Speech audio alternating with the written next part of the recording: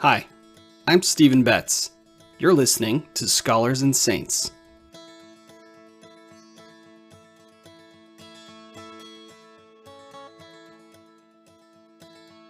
Today on Scholars and Saints, we're talking about the ways in which the American frontier acted as a kind of religion of Americanness in 19th century America. We'll talk about how Latter-day Saints fit into that American frontier religion and how they negotiated and contested the boundaries of Americanness and good religion in their encounters with Protestants. Ultimately, this is a story about secularization, in which we learn that for Mormons, becoming secular didn't mean becoming areligious. Secularization was a constant process of creative give and take in an American culture that was learning to tell new stories about itself. Today I'm chatting with Dr. Konden Smith Hansen about his book, Frontier Religion, Mormons and America, 1857 to 1907. Dr. Hansen is lecturer of religious studies at the University of Arizona. Thanks for being here today, Konden. Thank you. Glad to be here. Thanks for having me on.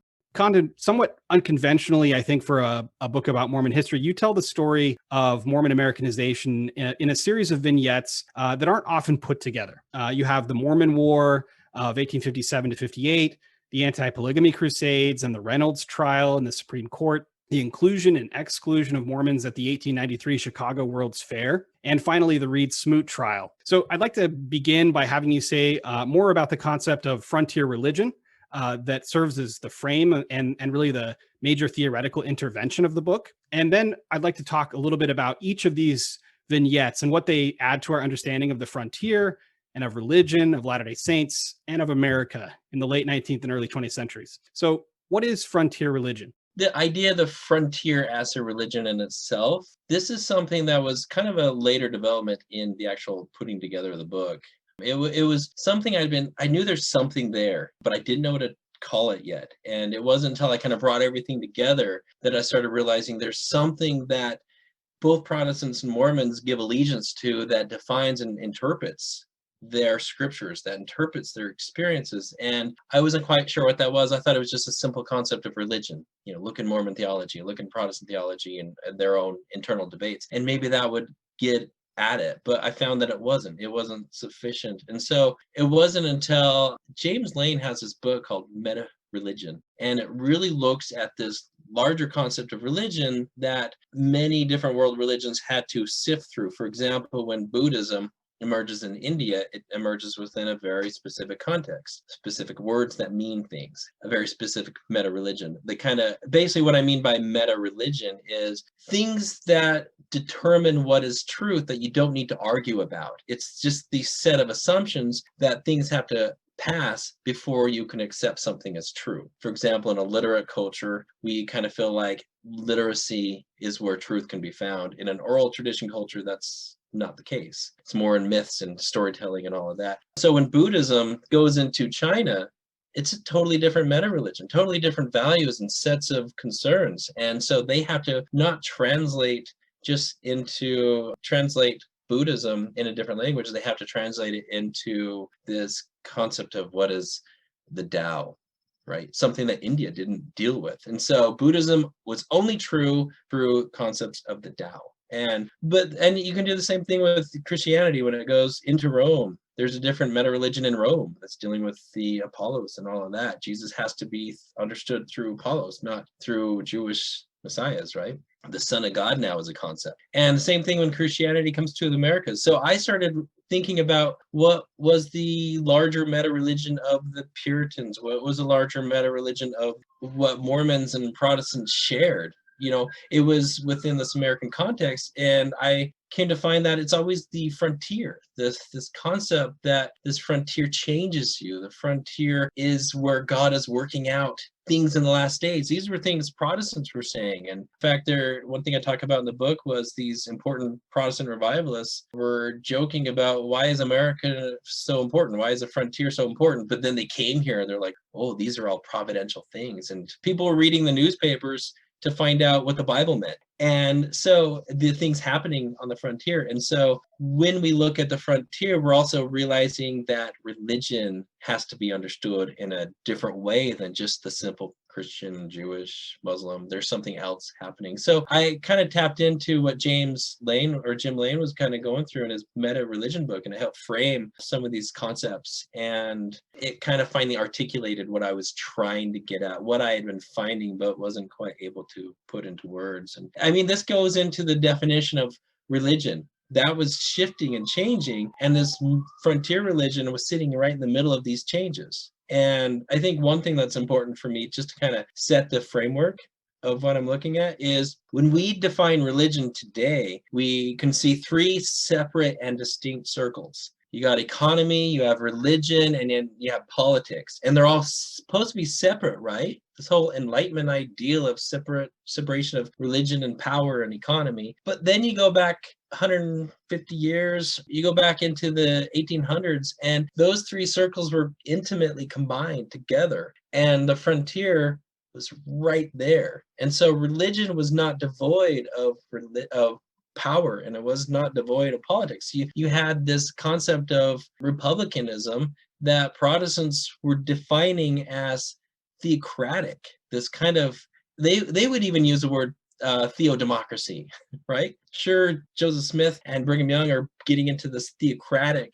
impulse, but they didn't make it up. They were just defining it. And Brigham Young was talking about republicanism being what he was doing, theocracy. And among Protestants, they were creating a type of similar roots, but different expression of this. And seeing it all rooted in the frontier, there's something about the frontier where these three themes came together. And it was almost more of a hatred between Protestants and Mormons, because Mormons were kind of doing what Protestants were trying to do as a collective, but Mormons as a people were trying to accomplish it. So the emotions were more close. You know, it was almost this similarity. You're trying to hijack what we're trying to accomplish, this whole invisible network of bringing forth this kingdom of God concept.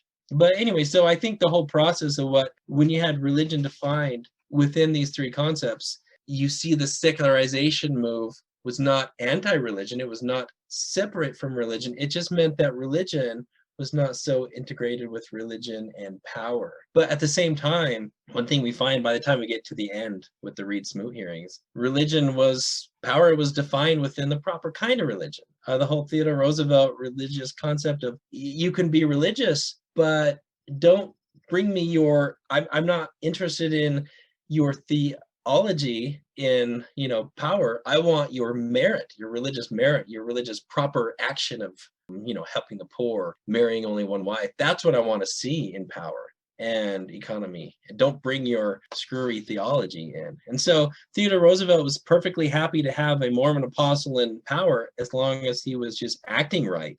He didn't care what he thought. And that was a whole secularization process, which was sometimes we have this mistaken, I'm constantly dealing with students to help them understand that secular does not mean not religion. It just means a well-behaved religion, right? Something that is full of ironies and tragedies.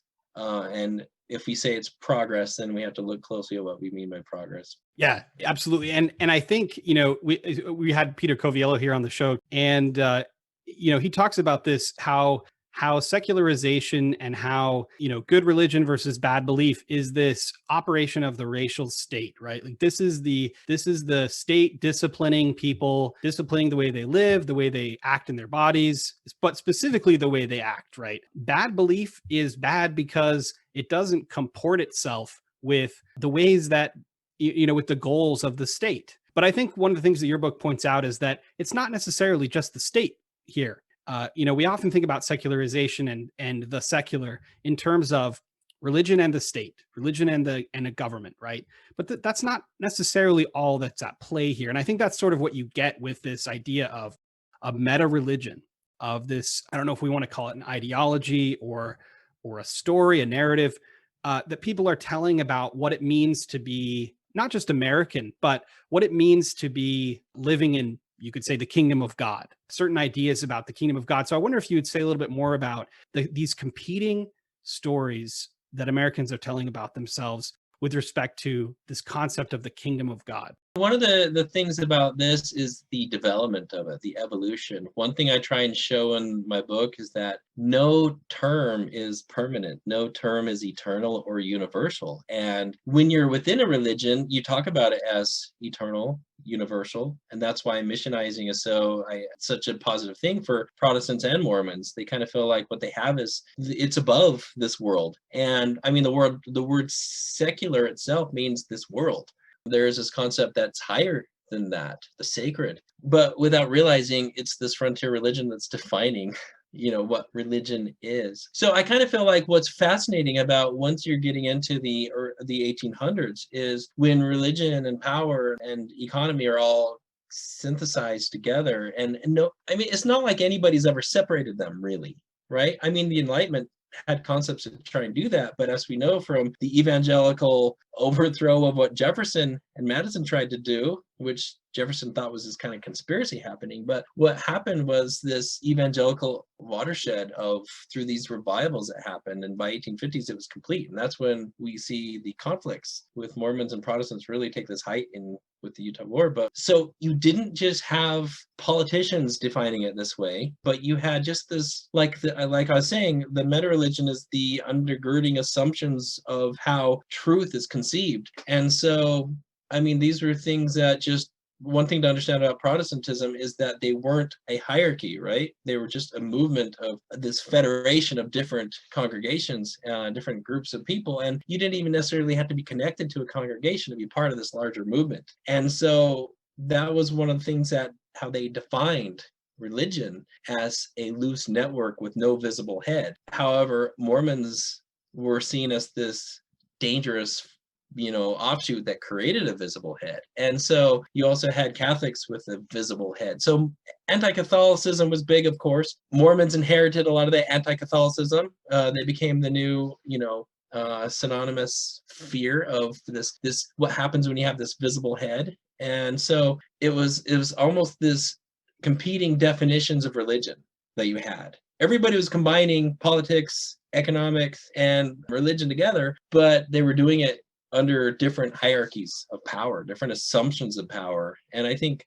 that's kind of the big concerns. But when you develop beyond the 1850s, once you get to like the Reynolds case, where the Supreme Court's defining religion, I mean, it's the courts that are defining religion, right? Not the churches. And at the same time, you're having Protestants who are deeply religious, deeply devout in the courts defining religion. And so it's defined within a very specific Protestant framework. And now Mormons have to grapple. The law is Protestant definitions of religion, and Mormons are very against that definition of religion. And so, I mean, their definition of religion includes a visible head leading and guiding them, and that's invested in politics and all of that. But now Protestants are defining it. So how are Mormons going to redefine? Can they retain this essence of what the Mormon kingdom of God is with a Protestant definition of what that kingdom of God is? And they say no for a lot of years. It's not until,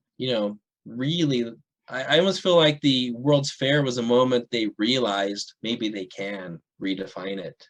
They hadn't yet, but I feel like maybe they can. And it wasn't until the Reed Smoot hearings that Joseph F. Smith finally says, yeah, we can. We totally can. In fact, that is the kingdom. And so just the changing of definitions is something that I think when you're, and that was one thing I noticed I needed to do in this project was if I only focused on one moment, you would miss this larger trajectories that are happening, these larger shifts in definitions. So the book is really about definitions changing, and big part of that is how religion is changing and how the secular is emerging. It didn't exist at one moment, and now it does exist. And so it's not like this eternal concept that Mormons finally came of age and accepted. It's more like Mormons are redefining it or defining it on their own terms in a way that Protestants didn't find so offensive, and Protestants are defining it in a way that actually gave room to Mormons to embrace it, but under conditions. And so, I mean, and it all leads to this concept of what do we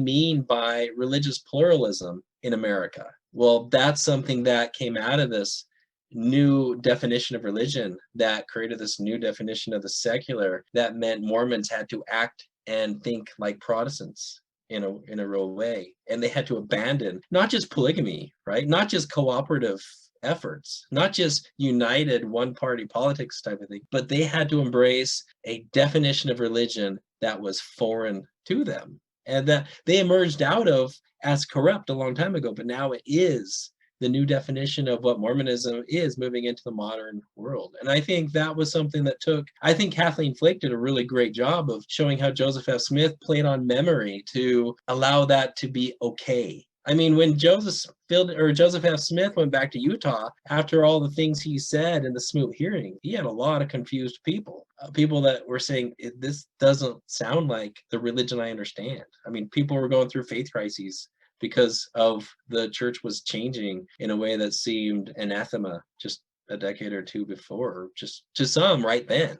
Well, and even you have, Joseph F. Smith excommunicating apostles, right? Like, I mean, this is a big deal. And again, this idea that Mormons are coming into a new understanding internally about what religion is in terms of even their bodies, right? Whereas in a generic sense, the Reynolds decision in the Supreme Court distinguishes belief and practice.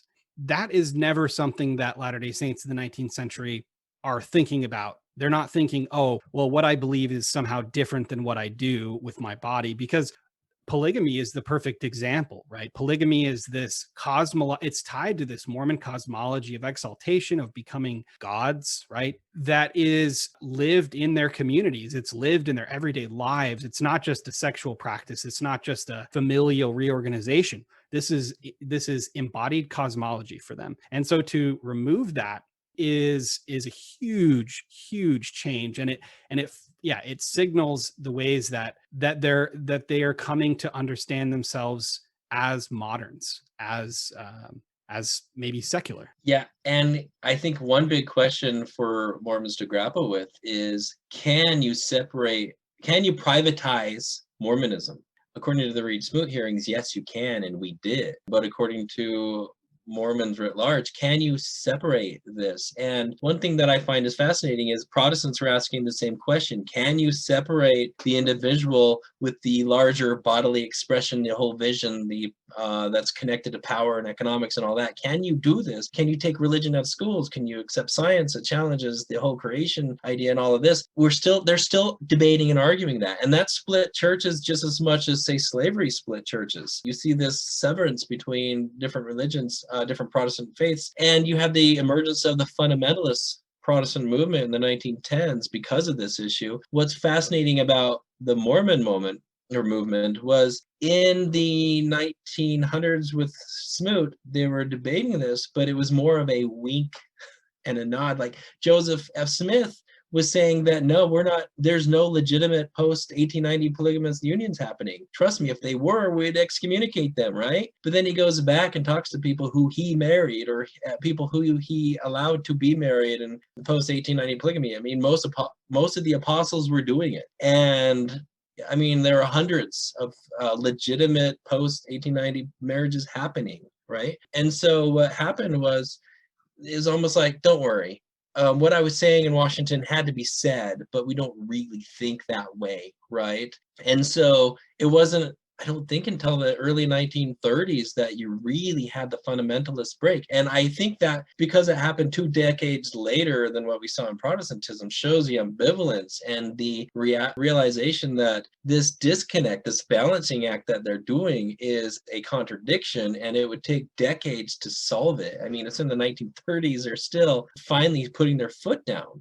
I mean, President Grant's finally saying no more of this, right? To where you have the fundamentalist movements kind of really take off as separate, marriages happening that are not okay type of thing. And so anyways, I kind of feel like Mormons, it's because they are embracing a term that's not theirs of religion. And it's a term that they finally, and this is one of the ironies, I think, of history, is that Mormons embraced it to get ahead in society, to belong, but it took them decades to believe this new acceptance because it was such a contradiction of their earlier visions. And you almost had to have the changing of the guard, per se. New elites in Mormonism emerging that are okay with this, because remember, their meta-religion's also shifting. Nothing is more Nothing is more shifting than this concept of meta-religion, because it's not really a debate. It's more of a assumed moralities. And talk about generational disagreements. You had even Reed Smoot himself was a monogamist, was a capitalist,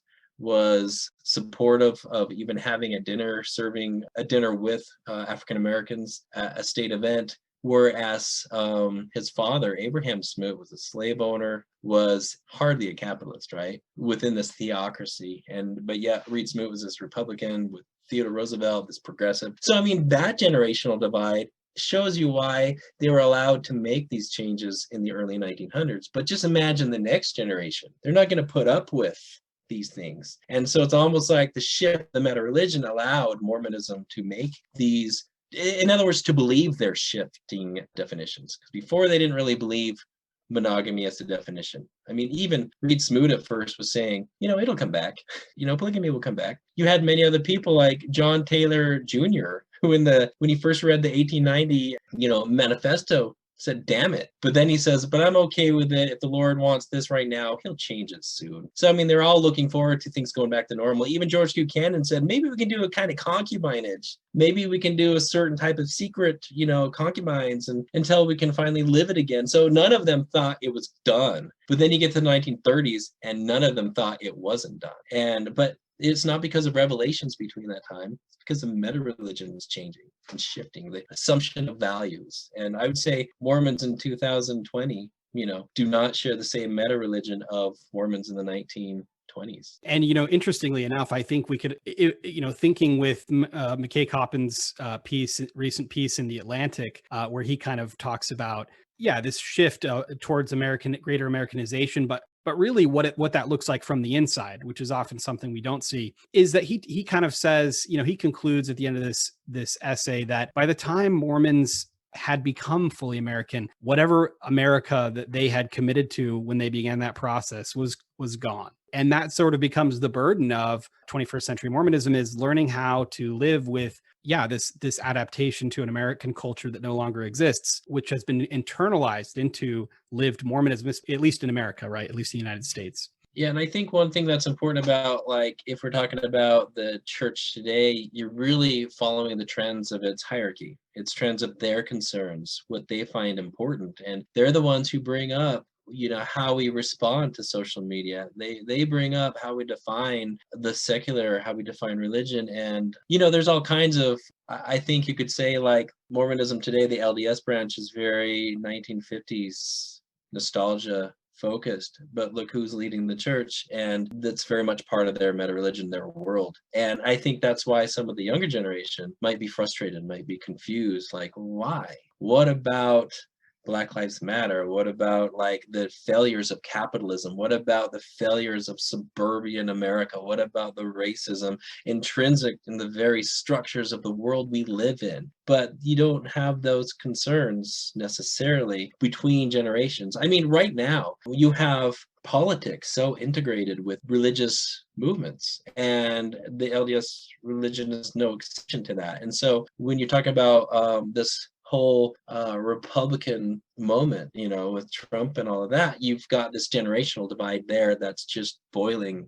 And I think it's going to be very interesting to see in a post-Trump world how that'll affect the LDS movement. For example, if you took the whole Republican establishment and all of their concerns and they evaporated, and all of a sudden you could do some memory wipe, what would Mormonism look like? It would have to now rethink everything, redefine everything, because there's all these assumptions, these cultural assumptions that I think that Mormonism today is defined with. For example, how important is, some basic things such as the English language?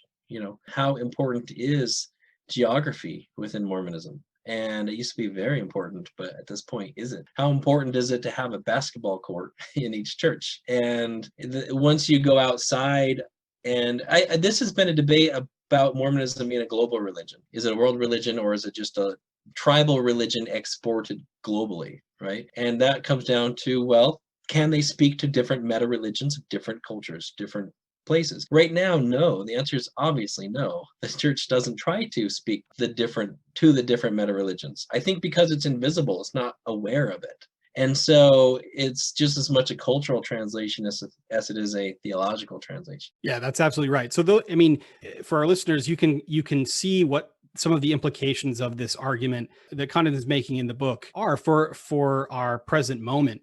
But I'd like to get back to a couple of these vignettes from the book. So let's talk about the Mormon War.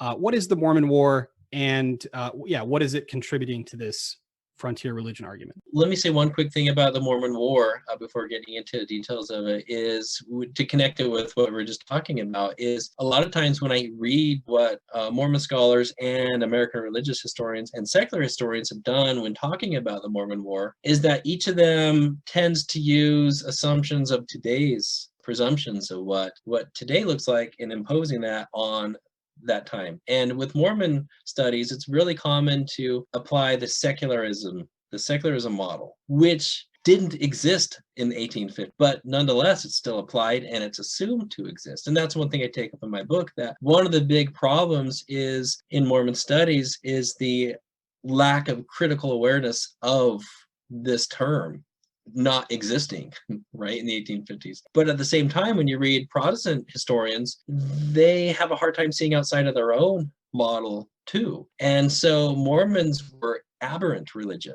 So they accept that religion's happening amongst these Protestant historians. They just deny that Mormons were a legitimate form of religion. And they're kind of applying today's concept of religion as well, where it's like they just didn't separate politics and religion. They didn't do religion properly. But that's also a 20th century concept. And then, of course, secular historians were just saying, this is what happens when religion is weird. And then they don't realize that Protestants are also weird too, according to today's presumptions of what weirdness means, right? But if you go back to 1857, you have this concept where, I mean, even before 1857, when troops were sent to depose Brigham Young, to set up a new governor, to put down the rebellion, as President Buchanan stated it, was, what did he mean by rebellion? I mean, he said this is a first great rebellion, but in the light of bleeding Kansas, which led to the Civil War. And so to call Utah a rebellion when we didn't really see a rebellion happening, but what we had is a different definition of America happening, one that basically was a break-off of America, creating a new America with the same themes of Americanism, but now it's just broken off and it's almost like this new sect of America. And so, I mean, Mormons are still very much America, hanging up American flags and all of that. But anyway, so when you have troops sent over, you have all kinds of paranoias that are struck into. And so one thing I'm trying to show is that if we go back into studying the Utah War, what if we did so by using definitions of the time? And so I really have, for example, if we use the term religion, well, for one, let's just get rid of the word secular for the 1850s. Put that back in the 20th century where it belongs. So if we go back into the 1850s, what did religion look like? How did people define religion? What are the dynamics involved? And I think when I did that, I found a very different picture than what I was reading in other books. I mean, I'm not trying to make a dig against the great work that's been done on the Utah War by scholars of Mormonism. It's fantastic, but definitions matter. And they have real implications in scholarship and how we understand events. For example, what was it about Protestants who were itching to go to war against Mormons before they even thought about them being in rebellion? I mean, even in the history books, Philip Schaff, for example, this Protestant minister who was also one of the foundational pioneering American historians in the 1800s. And I mean, in the 1850s, he was at the top of his gig. And so what I did was I started reading what they were saying, started reading their works and how they were framing the Utah War and what was so offensive about Mormons. The thing that was so offensive, and reading the New York Times back in the day, what you found out was what was so offensive was not necessarily Brigham Young's theocracy.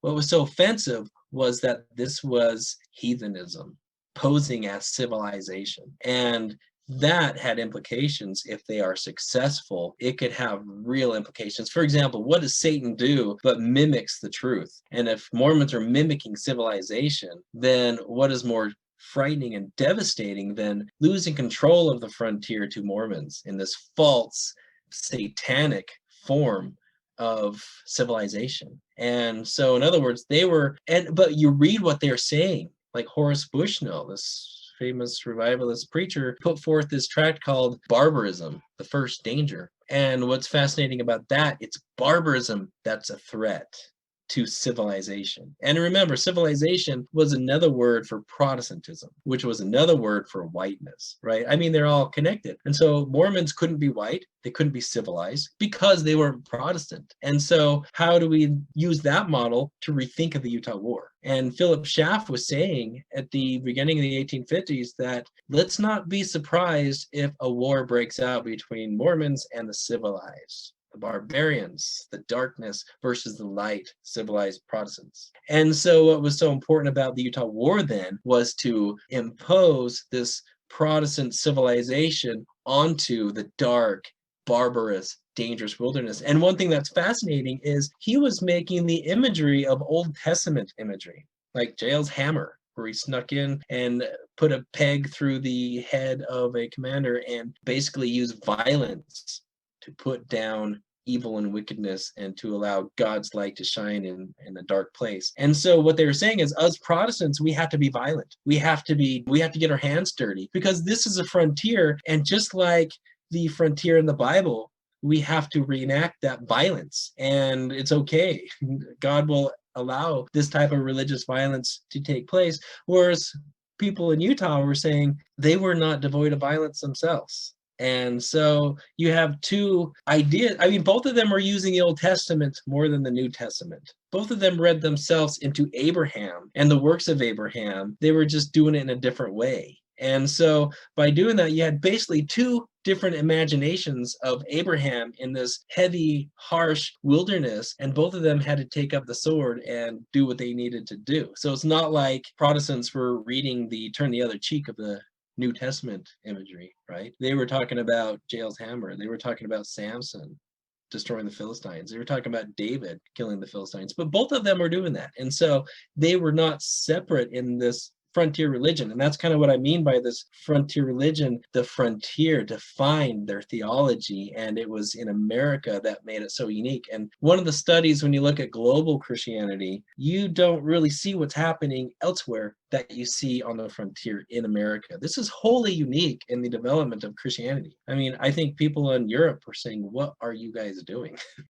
Although I think an interesting comparison would be Crusades. I mean, this is a clash of civilizations. I think you put it that way in the book. It's framed in this religious language. It's seen as, no, you are bad civilization. You're not just bad religion, you're bad civilization. And we have to get you out of the geographic place where, that's part of the way that we define ourselves as holy. Yeah, and I think one thing that's important too in that is a clash of civilizations only works when both sides defines them as separate and distinct civilizations. And so it's almost like this wordplay, this rhetoric that becomes real only because it's this rhetoric. And so once you get to the, 1890s and early 1900s, those terms have changed. So that's another thing that I found was so important to connect the Utah War with the Reed Smoot hearings is to realize that the very civilization concept that Mormons are finally adopting also didn't exist in the 1850s. That itself has also changed. And so it's almost this, you're trying to hold on to these shifting sands.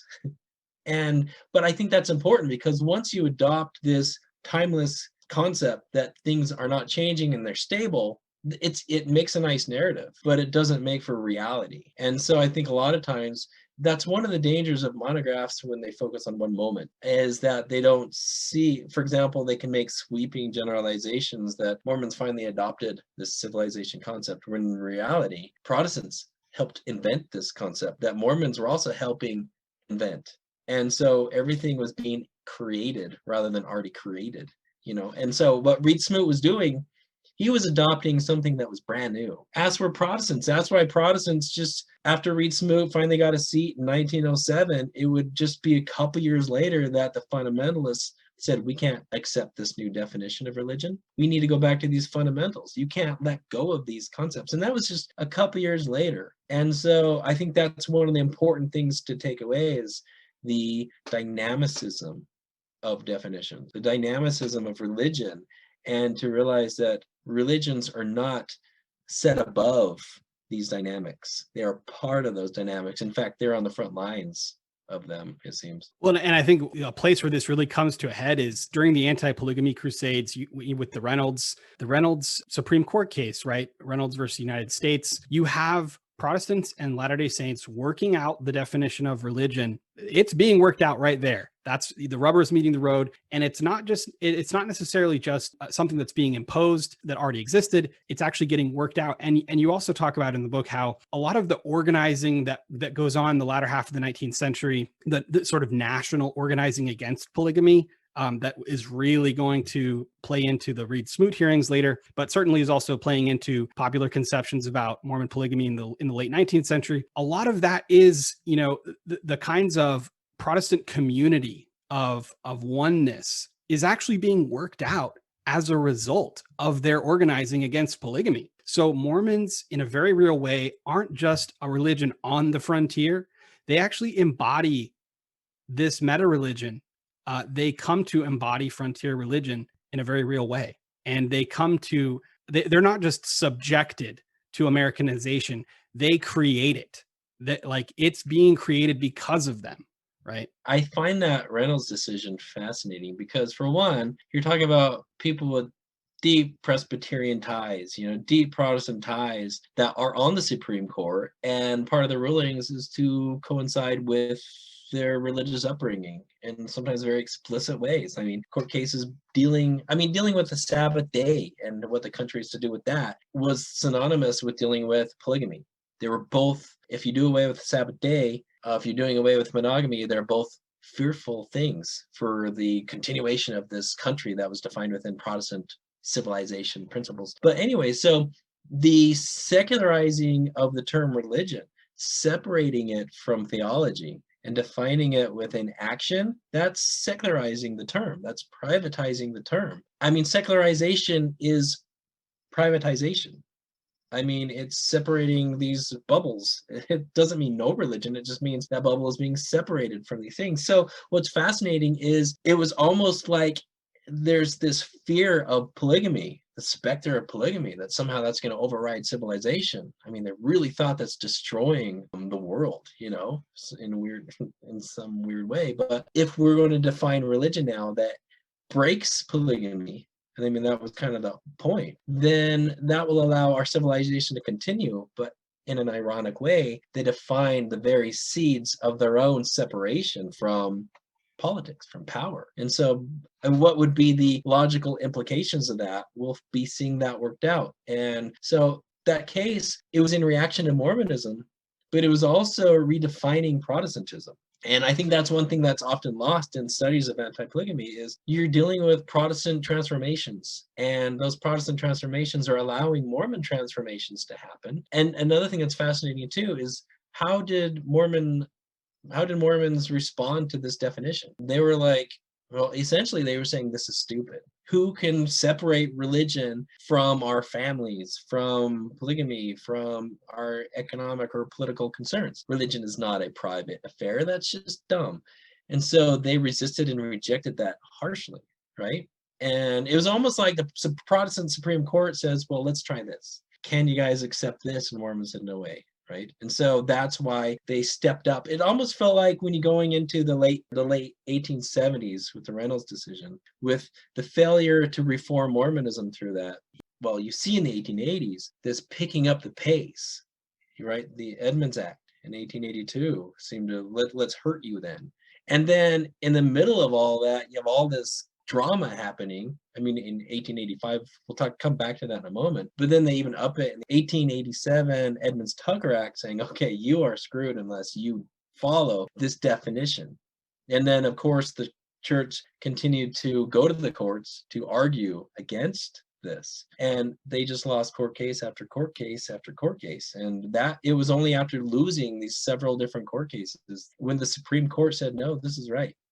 It is this definition of religion that you need to fall into, and polygamy has no place in this religion. In fact, it's very clear that polygamy was not religious. And that's one thing I kind of show, and this is something you see in colonial studies in, say, South Africa and other parts of the world, is when people, the populations of colonized places, when they are seen as not participants, they are not religious, when they are seen as not upholding the separation of religion from the state. And remember, Protestants weren't separating them. It was a rhetorical tool to get the people who need to stay out of power. And so this separation of church and state was almost a gimmick. It was a rhetorical tool that only applied outside of Protestantism. Because remember, Protestantism, the way it worked was Protestants didn't have a pope, they didn't have a prophet, they didn't have a visible head. Therefore, they could move as a people and do what they want to influence all levels of power, and they did. That's why the Supreme Court was defined within Protestant terms and worked within Protestant terms. That's why Mormons were partly so upset of these, because they're like,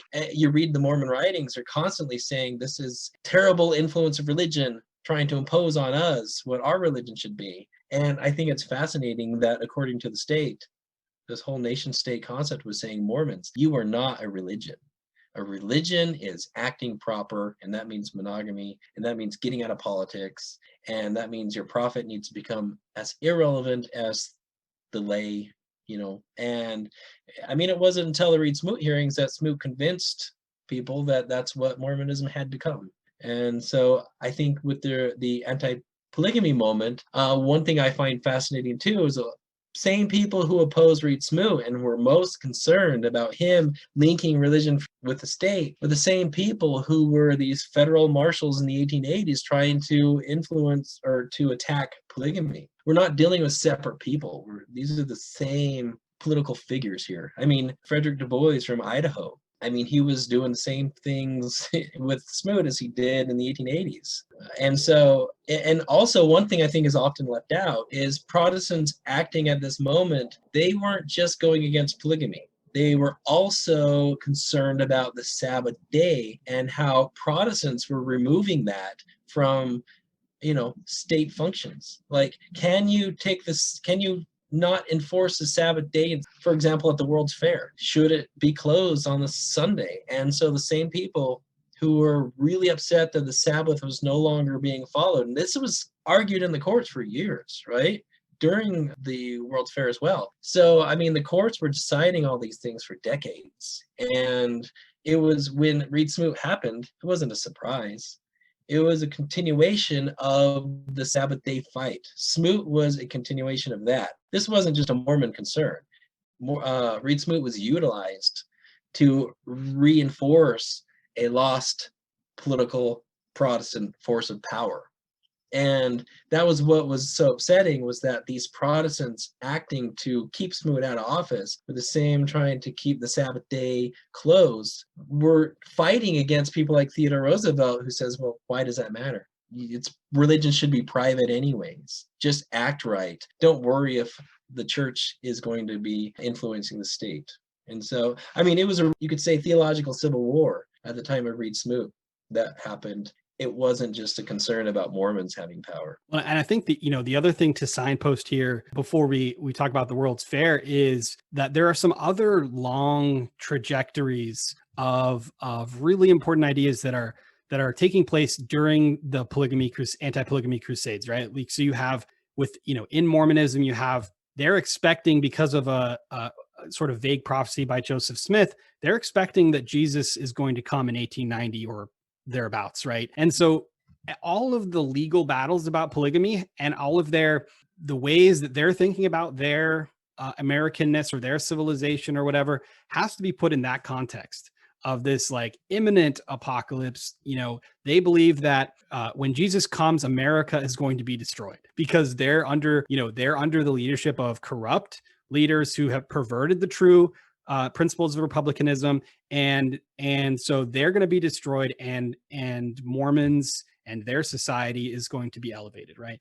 And the other thing that's going on here is that at the same time, 1879 is Reynolds, right? At the same time that religion is being defined, we're also seeing a shift in what religion means for gender. And we'll talk about this when we get to Reed Smoot. But in the early, the progressive era, particularly in the 1910s and the aughts, we see gender, particularly masculinity, playing a really big role. And of course, this is Teddy Roosevelt's whole like strenuous living and, muscular Christianity and all this kind of stuff, where what you do matters way more than what you believe. And that's plays a huge role in why Reed Smoot is able to convince Teddy Roosevelt in particular that Mormons are okay, right? So those sorts of things are in the background, and we'll circle back to those as we get there. But let's talk about the 1893 World's Fair. Of course, really importantly, the young historian Frederick Jackson Turner is going to present something that he calls his frontier thesis. So let's start there,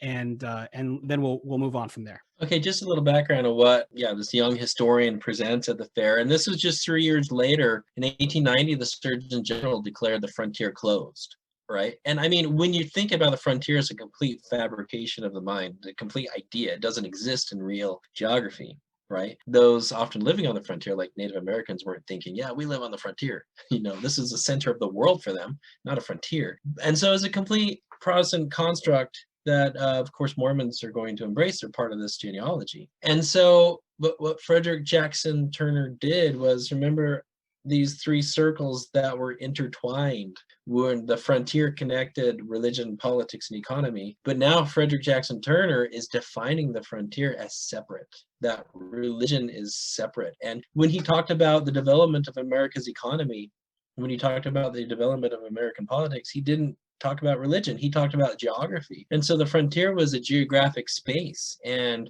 the principles that it wasn't just a geographic space, but it was also this new institution that pumped out Americans. If you were physically on the frontier, there's something magic. He still had magic in his history.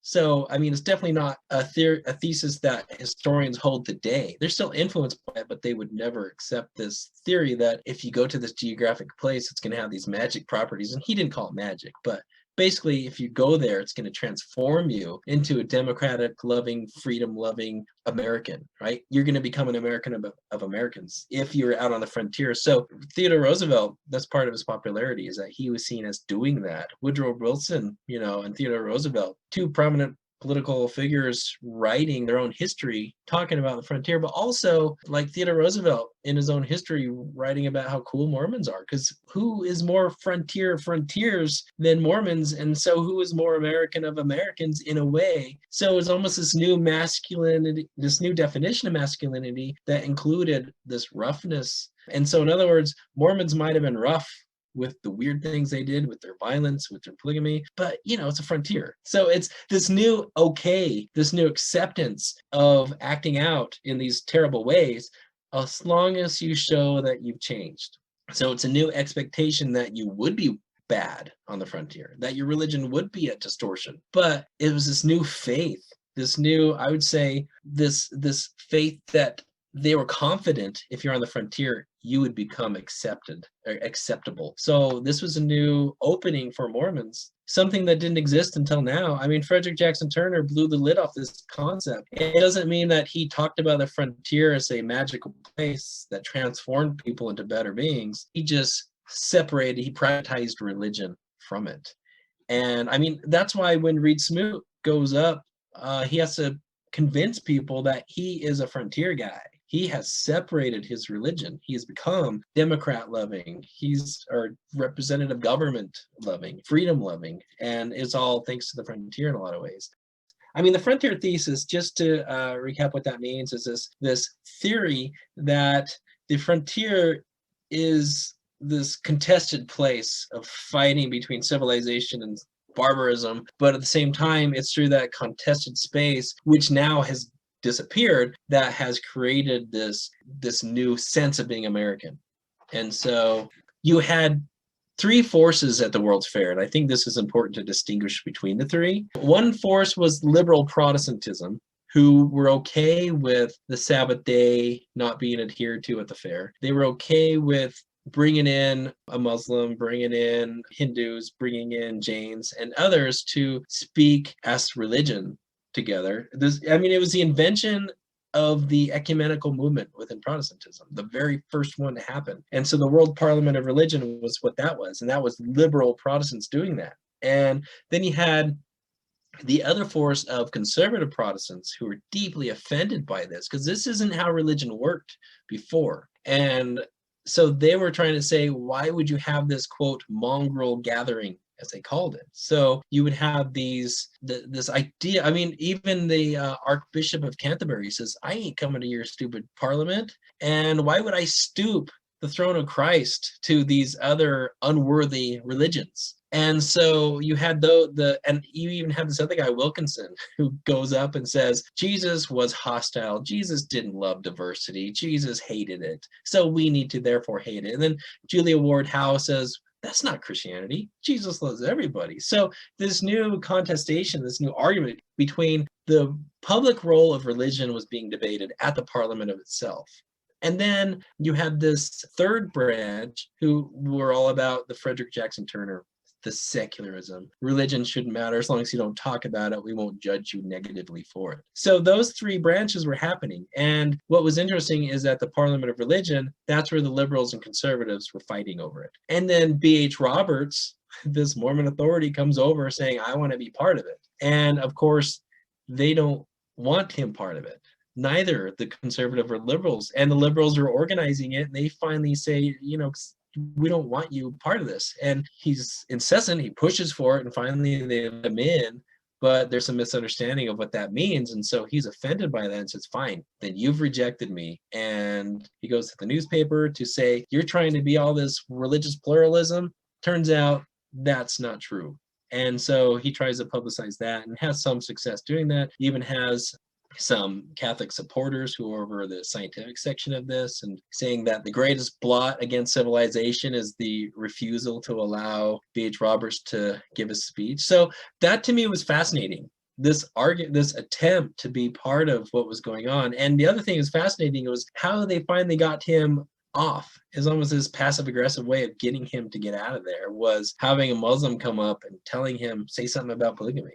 And so Alexander Russell Webb goes up, this convert to Islam, and he says polygamy is not such a bad thing. As long as you're not a sensualist, you can still be a gentleman and a good religious person. And of course, people boo and they hiss. And at that point, they can legitimately say to this active polygamist, there's no room for you here. There's no room for Mormonism. So that's when that all broke down, not surprisingly so. And so, B.H. Roberts had all kinds of problems because of his polygamy with his House election a few years later. But outside the fair, I found it so fascinating how celebrated Mormons were. Wilford Woodruff, he goes up, but he doesn't talk about being a prophet. He talks about how for 3 days they waited as pioneers until the buffalo went through, and how the ground was so hard they had to be lead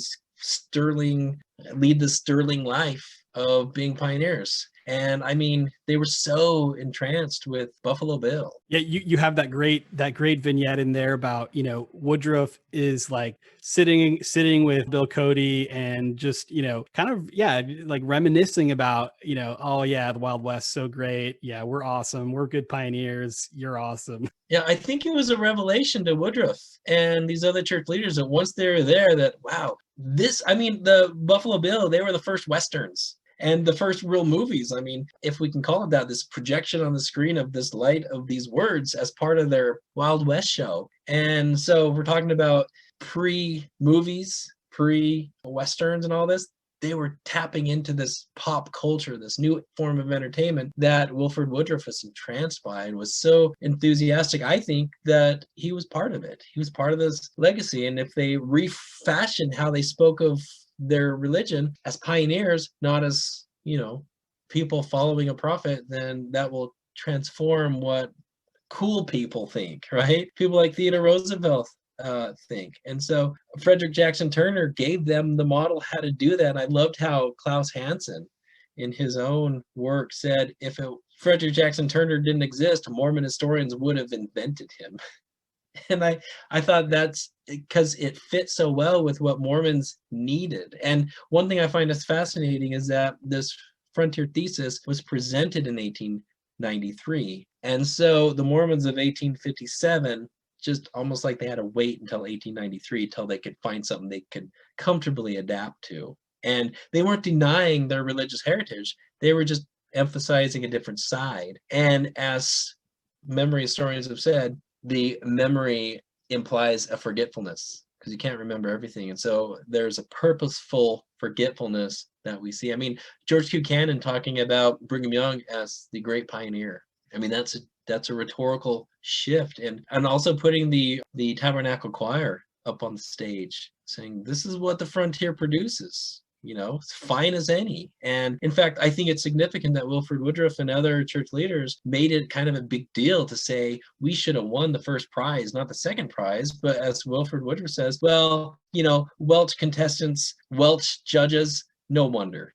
So he kind of saw it as like this conspiracy of sorts that didn't want to give it to a Mormon choir. But still, at the same time, I think it's also hard to remember how important music was, the auditory of listening to this. I mean, in 2020, we have a different meta religion that defines our response to music. But back then, this was something that people would travel miles just to listen to. And when they heard the Mormon choir, when they expected weirdness from Mormons, but they now saw this professionalism, I think it just blew them away. And it was part of the expectation. They spoke of it in religious mystical terms. These were things that it wasn't just cool and awesome. It was more like the heavens opened up and it was as though the Holy Spirit dove landed on these people. I mean, that's the kind of rhetoric that you were seeing. So I think it's important to transport ourselves into the emotionalism that's happening and to allow the emotional response to be defined by what people were saying rather than how we would respond to the tap choir. Well, I think another necessary context that I forgot to bring up at the beginning was the reason why Frederick Jackson Turner is talking about the frontier in 1893. Like, why 1893? It seems like such a random year. Well, the 1893 World's Fair is it's called the 1893 World's Colombian Exposition because it's commemorating Columbus. It's commemorating American progress, and it's separating what this idea of American progress and American cultural maturity, civilizational maturity from its European origins, and saying, look, we're just as the frontier produced us. We're a civilization now. We're not just like the colonies. We're a full-blown United States. Like we're an important world actor. And so when Frederick Jackson Turner is talking about this frontier thesis, that is the context. He's playing into this new story, or this culmination, I guess we could say, of stories that that Americans have been telling about themselves for years. People have been thinking about this for a long time, and the 1893 is kind of this seen as this huge spectacle where now we get to show that we really are as great as we've been saying we are. Yeah, the thing that's fascinating, explicitly in the Colombian Fair, celebrating this 400 year, the fair was supposed to be in 1892, not 1893, but organizational problems. And so, it was almost even like Puck magazine, the satire magazine from the time, drew pictures of people worshiping, bowing at the feet of Columbus, which you really kind of see at the fair. But he was seen as this new vision of the first pioneer, the pioneers in a sense. And so it shows you how important the concept of the frontier was for American expansionism. And so once the frontier closed, to really amp up the importance of a frontier to create Americans, where are we going to now go to the new frontiers? And so it really justified what now is. And so one thing I try to emphasize is it wasn't this revolutionary, radical idea as much as it was an attempt to save the conservative idea that we need to do what we're doing right now, to justify and make moral this exploitation of new lands. Hawaii, Cuba, Philippines. That's one thing I kind of brought in from back in the Utah War. How do we justify it? It's through theological terms back then, but now it's through frontier terms, explicit frontier as its own type of faith of what's going to come from it. So I think to connect Mormons to this new imperialism, they were imperialists before, but through a Mormon kingdom concept, but now they're part of the nation state's imperial efforts. And so they were connecting themselves to the nation state itself and its own visions, and its pop culture is connected to all of that as well. Well, and you see this in the Spanish American, Cuban, Filipino War, right? Where this is the first time that Mormons are sending young Mormon men to serve in the U.S. military, is in that war, right? And I think you even have Kathleen Flake brings this up in her book. You even have, I think, one of Brigham Young's sons who serves as a senior officer in the military. Mormons become imperial colonizers and not just frontier colonizers. Yeah, and one thing that's interesting, this gets a little bit beyond it, but Kenneth Cannon did this article in the or Reed Smoot book that's coming up, and he kind of shows it's not until you don't really see the anti-Mormonism that we saw in the Reed Smoot hearings disappear until we really get into World War One, where Mormons are joining the war. And so it's not really, it wasn't Smoot that settled this, right? I mean, that saved his seat, but it didn't save the public opinion about him. But what did was the more Americans seeing that Mormons are part of the machine, part of the imperial war effort, then they're like, okay, Mormons are cool. And so really, it kind of comes to this redefinition of the frontier as this imperial marker of true belonging in America. And of course, the 20th century is going to be a little bit more complicated too, because economy is a big part of it. Like, who is the true Americans? Well, one thing that Catholics found was, and Jews found, was that if you could be part of the suburban world, then you're part of America, because that was also empire building in a way too. Yeah, we see how these boundaries are being negotiated, boundaries of racial belonging, boundaries of religious belonging, how they're being contested. Like you say, that's never a settled issue, and it's never, also as if there's some sort of existing categories that are being imposed on people. They're actually being worked out in these moments. Yeah, and I think this is an important point. This is something I had to couldn't really do in my book. I had to cut out a lot of stuff at the Parliament of Religion, but one of them was the presence of Jews and what they were arguing about. And one thing I found fascinating is Jewish speakers like Rabbi Silverman and others, they kept getting into this question of, we are a world religion. We are a legitimate, real religion. And then you read about what others were saying about Jews. They were saying they were part of the early evolution of what became true religion. And so you have what you're saying is this contestation, this debate about what religion still meant. And the big question of the parliament was if Jews are religion, if they're a legitimate world religion. And according to its organizer, Barrows, he even published this book called Christianity, the World Religion, soon after. And so you get a sense that organizers still only saw Christianity as a true world religion. Everything else were religions of the world. And Mormons were not a world religion. They were considered a religion. Well, they weren't even allowing it to be a religion of the world. They didn't let B.H. Roberts in at all. And they were completely inappropriate. Jews and Muslims were not considered world religions. They were just seen as religions of the world. And what's fascinating is that is what permeated their speeches, their debates, as whether they fit as equals, whereas Protestants were saying, of course not, you're not equals, but they were saying, yes, we are totally equal. But it wasn't until like a few decades later that you started having this concept of Protestant Catholic Jew, right? Then, I think it was the 1930s we really start seeing that, and then in the 1950s it really took hold in the popular imagination. But only then do you have the Judeo-Christian values as an American thing. But that didn't exist at the Parliament of Religion. That's a new concept in early mid 20th century. So Mormons were trying to get in. If you read B.H. Roberts' speech, he says basically Mormonism is the religion of the age. We are the one idea that all other religions can hinge on. We are the world religion. We are the future. And so I found his speech, even though it wasn't given, he still published it in his own writing. So you can kind of see why they would have rejected it. It didn't fit with what the Protestant organizers wanted to hear. Yeah. Not to get too far afield here, but I think it's relevant to note that, when we talk about these religions of the world, so they had representatives of Buddhism and Hinduism and Judaism, various what we now refer to as world religions.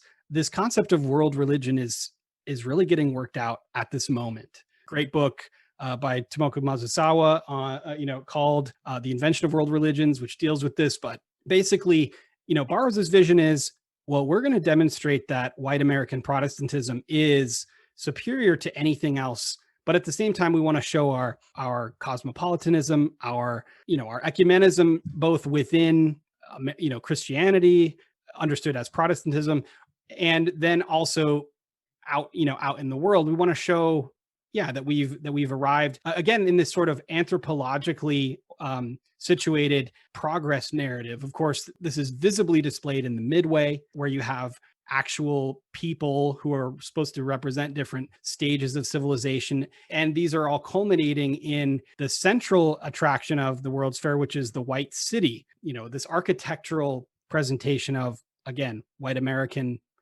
civilization, right? But the bottom line is that, yeah, Mormons are being excluded from this. These other religions, while they're being constituted as religions, prior to that, some of them, like Hinduism, hadn't necessarily been thought of as even a religion, right? Like as even a unique thing. But Barrows's vision is to impose this white Protestant American profile of what religion is. I think one thing that, like, my fascinations with the World Parliament of Religion is that we're dealing with a new realm of religious acceptance, and that's the emergence of the study, the academic or scientific study of religion itself. Frederick Jackson Turner was demonstrating the emergence of the scientific study of history.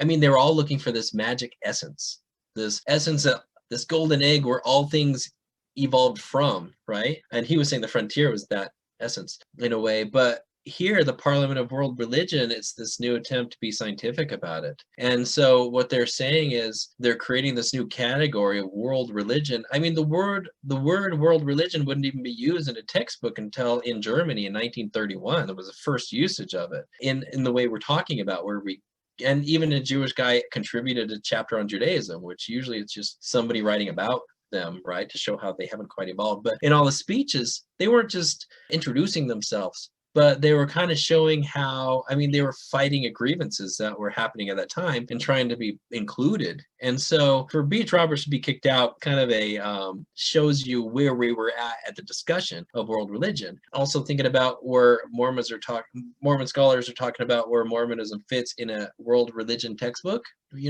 Sometimes it appears, but it usually doesn't. And so what's fascinating, though, is Judaism as a concept of a world religion was contested and not agreed on yet. Buddhism and Hinduism are both terms that the West invented to make sense of an entire category of people they didn't understand. I mean, even the concept of the Buddha himself, I mean, in world religion textbooks, we're arguing about, what year, maybe, what decade he might have been born, or Siddhartha. But in Buddhism, they might be talking about whether he even existed as a physical personage or even what century he would have been born.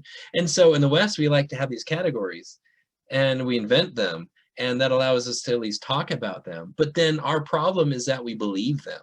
So we need to be highly suspicious of the categories we create and realize they're inventions to help us have a conversation. They're not truth, right? And so this concept of Hinduism, that's not an indigenous term. Buddhism is not an indigenous term to Buddhism. And then we're adding on to that Zoroastrianism, Mormonism, and I think even today we're having the argument of, do we call it Mormonism? Mormons at the time, yeah, they used that term because it made sense to them. But at the same time, they understood there's some complexity in the term. And so when we're having Hindus say, this is not Hinduism, it's not that different from Mormons saying this is not Mormonism. You're missing the point, right? And so this whole category of an understanding of world religion is a place of debate. And so I think a lot of times my own students in my world religion classes, they come to the class assuming we're just going to go through the list of different world religions. But I start by saying invented religion. We made it up.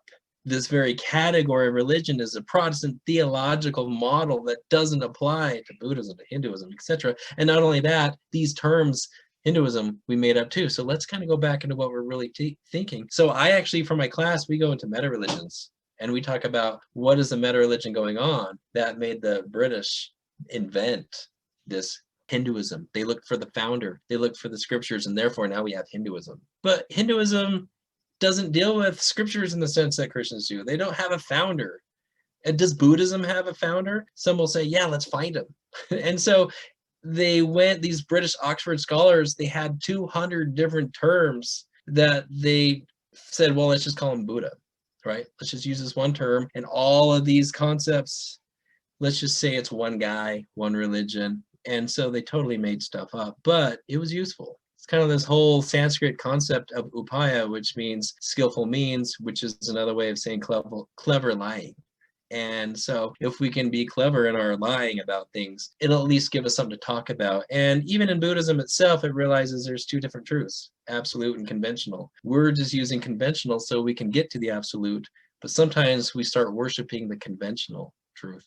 And I think maybe that's why Mormonism is trying to move away from that term Mormon. Yeah, I mean, another really fascinating part about this kind of paradox of Mormon Americanness that we see at the 1893 World's Fair is that while they're kind of, I mean, while they're certainly religious pariahs, they're excluded from the World Parliament of Religions. They also have this insanely successful Utah Day celebration, which is this glorification of Utah pioneer life, right? This very explicit illustration of the kinds of things that Frederick Jackson Turner is talking about, and people love it. And interestingly, of course, it's not just Mormons, because you have other religious people from Utah, who are a part of this. But yeah, it exhibits the beginnings of what we might say of Mormon Americanization, where they have this in through their pioneer identity. And like you alluded to earlier, that's really gonna help their public presentation in the Reed Smoot hearings. So I wonder if we could start tying these various strands together and show, why does Reed Smoot succeed? One of my favorite articles I found in my research was this article from Missouri, and a newspaper article. And I remember I had read across it once. The title was "Mormons Met by Mob," this time a friendly mob. And when I first saw that, I was just reading through old newspapers because it's kind of a fun thing to do. And I came across that title and I laughed because it was a hilarious concept. But that was one of the things I thought embodied the shift so much. In Missouri, they were celebrated, met by friendly mob, right? And Wilford Woodruff saying, a few decades ago, I was hiding from my life in Missouri. And now you guys are excited to see me. So, I mean, I think to appreciate that shift, it's an astounding shift, but also to place it within its proper terminologies, its proper cultural sensitivities, I think is even more enriching. And also to see these things as on the popular level, because this wasn't politics happening in Missouri in 1893. This was just popular expectations, this new conception of excitement for what's happening, this new progressive era, you could say. And so once we get to transfer this into the Reed Smoot hearings, you had a lot of people who were, it's almost like Reed Smoot forced people to reconcile this excitement, this new religious pluralism, this new secular nation state, and had to face the implications of it. And Reed Smoot was a deeply uncomfortable face to look at. I mean, I don't mean that literally. He seemed to put people at ease. But what I mean by it was the presence of not just a Mormon sitting in the Senate, but an apostle sitting in the Senate. And this was only we're talking about just a decade after the World's Fair, right? So these are not that many years difference, but it kind of shows you how quick these new definitions were taking hold. And it seems like Reed Smoot was an accountability for what's happened. It's almost like in the 1880s, Mormons learned how to act. In 1893, they were given a formula they could follow. And then 1904 to 1907, it was an accountability of if they are doing that or not. And that led to all kinds of drama. And I think a lot of it's easy to understate the drama that was happening in Mormonism. And I mean, Reed Smoot's secretary, Carl Badger, thought about leaving the church because the separation of what he was seeing in the Senate hearings of what Joseph F. Smith and others were saying, and just lying about things and the state of things in Utah and polygamy. And he knew that. I mean, he was writing back home to his wife, just deeply distressed over these issues. And, she was reminding him, these are prophets, just, hold true. And he was like, yeah, but they're not as smart or inspired as I thought they should be. And so, I mean, that's getting into an essay that's in the new Reed Smoot book that's coming out. It talks about that. So I don't want to get too much into that. But what you do see, though, is this contest between even what Mormonism stands for. And I mean, the letting go of two apostles, Cowley and Taylor, that just demonstrates how dramatic this was. And these were beloved apostles. These weren't apostles they didn't like and who were just weird. They liked these guys. They were seen as fathers of the community. And I mean, they didn't do anything others weren't doing. They were just not willing to lie about it. And so it was appalling to them that they should be willing to lie to be right with God and to be right with the church. And Joseph F. Smith had a very different idea. He says, you need to lie. Lying for the Lord is an important concept. And so Joseph F. Smith, he wasn't malicious in his lying. He was following this concept of you lie for the Lord. But all the apostles weren't on the same page. And there's even Reed Smoot not raising his hand to support his fellow apostles in a general conference. That was also a big problem, right? So you have a lot of disunity, discord, and what more is troublesome within Mormonism than the top leaders being disunified? And so the surrendering of those apostles was almost like this necessary sacrifice to not just appease Theodore Roosevelt and other Americans that Reed Smoot was okay, but I think also to kind of sift out this division within the public face of the leaders of the church to show that we need to be unified, that we are unified. Even it was almost like this Reynolds conception. It doesn't matter what you believe, it's a matter of what you are doing in a sense. But in the public face, privately, keep it up, right? I mean, they were still, not to go too much into the concept of the post-1890 polygamy, but it hadn't ended. Nobody thought it was ending. Nobody thought it was ending for good, for sure. And so the continuation of polygamy post-1890 was kind of an assumed, performance, assumed practice. It was just more secret or a wink of an eye type of thing.